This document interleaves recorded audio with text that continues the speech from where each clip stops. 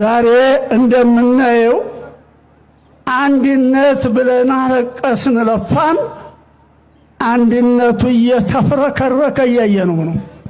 ሁሉም አቂዳውን ይዞ ሁሉም አመለካከቱን ይዞ ለሰላም ሲል ለአገር ለመንግስት ለህዝብ ሲባል በሰላም እንኖራለን መሰለን።